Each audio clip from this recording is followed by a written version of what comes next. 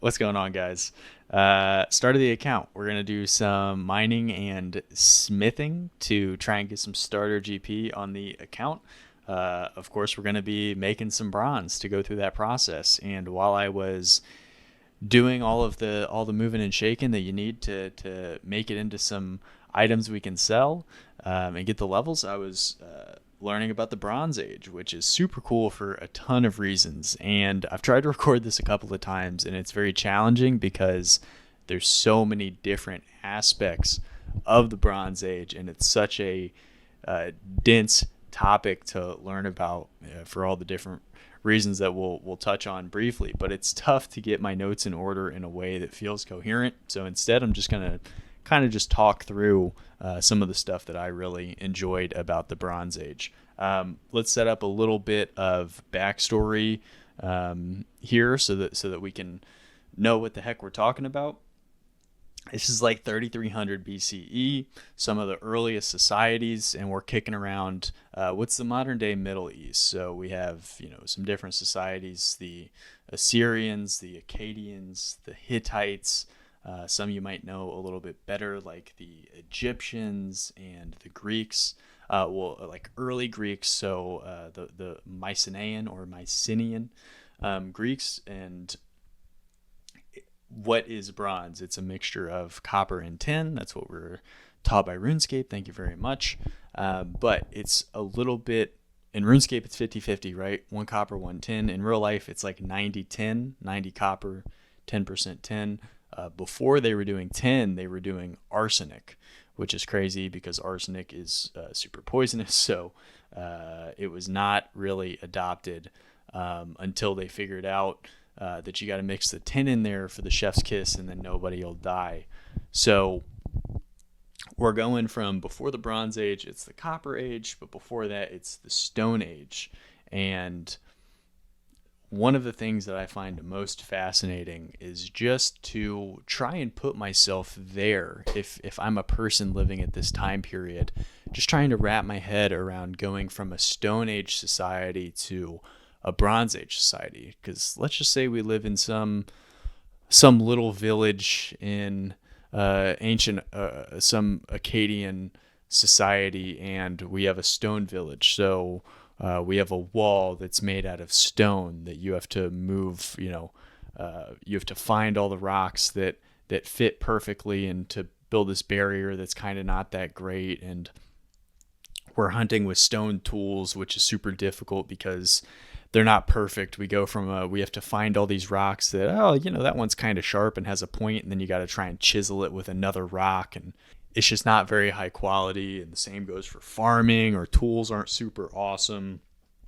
Our homes are built out of stone, and in some respects, and then that's not great. And then you go to bronze, which you essentially can make this super malleable metal, and you can make it into the exact shape that you want, and you can replicate it super easily. So once you have a sword you really like, you can just, you have a blueprint for a sword instead of having to chisel rock into some kind of weapon. And the same goes for pottery. The same goes for farming equipment.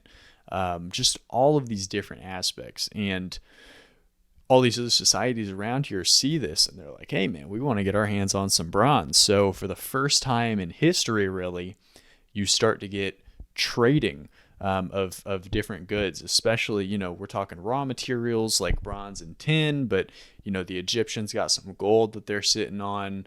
These different societies are moving the different cultural things they're making. Like some places are making sick pottery, or great helmets for armor, or statues of the ancient gods. So we're starting to get trade routes for the first time, and also we're starting to get power struggles for the first time over these resources. So I think it was the Hittites and the Egyptians are going to war during this time period, and not necessarily like a full-out war, but at least jockeying for power over these trade routes, because trade routes means more money and things like that. But before I go totally off the rails with that, and along with those trade routes and things like that, you got to keep track of some stuff, right? So we start to get writing for the first time which is giving us some insight. This is the first, like what we call, air quotes, modern history. Before that, all the writing and a lot of the stonework and, stuff like that was for the gods. So it was myth and legend. But this is the first time where we're recording actual history as it's kind of happening, and everybody is speaking Akkadian to trade. So that's kind of the lingua franca, if you will. And let's go back to our little stone village. So now instead of stone, we're bronze. So the big thing is that I want to start with is farming. So you go from farming being a huge uphill struggle just to keep the people that you have alive to super efficient farming with better tools and equipment, which allows you to have better ideas and higher yields for your farming. So, hey, now we got more food. We can, have more people.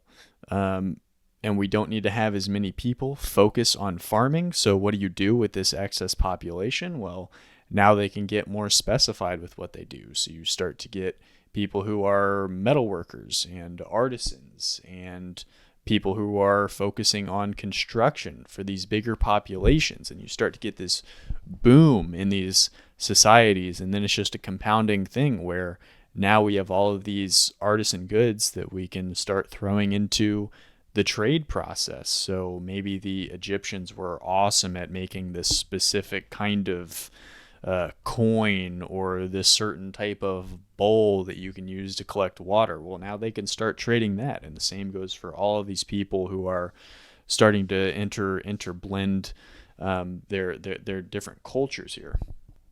And back to our village. Now you can start to, put some armor on these people to defend yourself in a way that you never really could before. And now you're starting to get these kind of warrior classes that are important in society where they could have totally been previously, but might not have had warriors in the same way, right? Like some shirtless dude in a loincloth with a stick of a spear with a a little like stone instrument on the end of it is a lot less threatening and potent than an actual warrior with armor and a helmet and a shield and a sword who can actually do some real damage. So that inner trading is cool. I don't think I've talked yet about where we're finding this stuff. So why is this trade super necessary? Well, everybody wants bronze.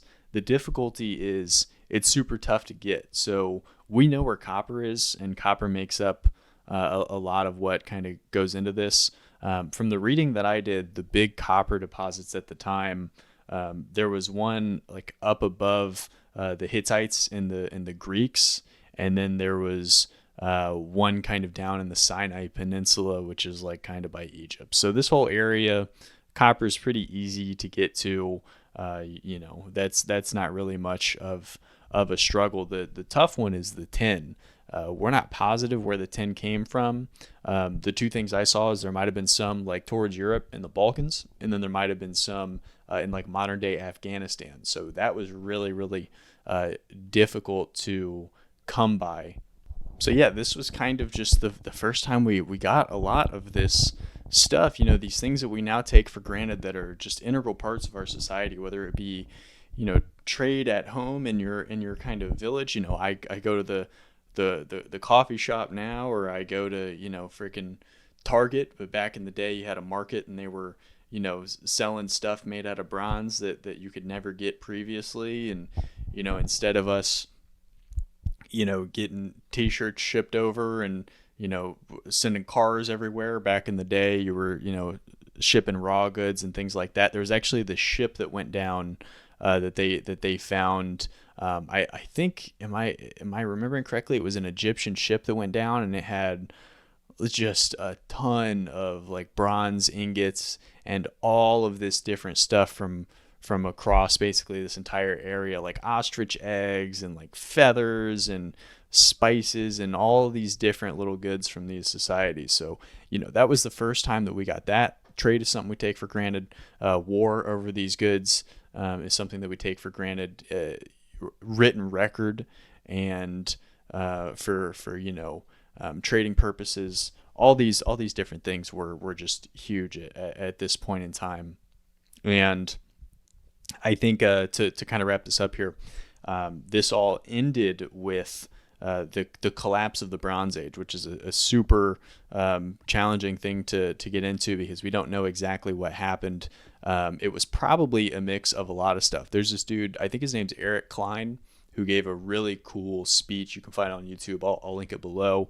But he was talking about the how the Bronze Age collapsed, and a lot of people blamed it on this sea people, air quotes sea people. We don't know exactly who they are or where they came from. Were they these kind of barbarian Viking types who, came to ravage and pillage? It doesn't seem like it. They actually might have been kind of refugees. Maybe they were leaving from like northern territories because of a drought or something like that, and they were trying to find, a new homeland somewhere, and they ended up here. But they start to fight and clash with these different peoples.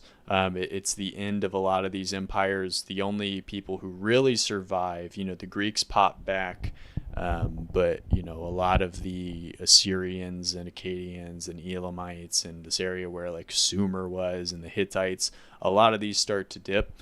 Egypt actually ends up staying afloat, as we know, and it's probably because they had like a decade long heads up before the sea people actually got to them. But the sea people and warring was definitely part of it. Drought seems like it was definitely part of it.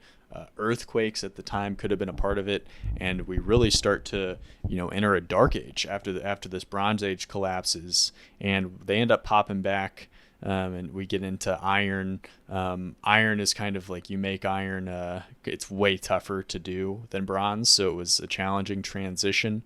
But this period of time, I had a ton of fun researching it. There's so many little details I didn't get to in this video, just because of time constraints and things like that. But I would definitely recommend it. If you have anything that you find super cool about this time period, definitely let me know in the comments below. Would love to talk about it. I'm going to continue learning more. And this was a super fun first episode.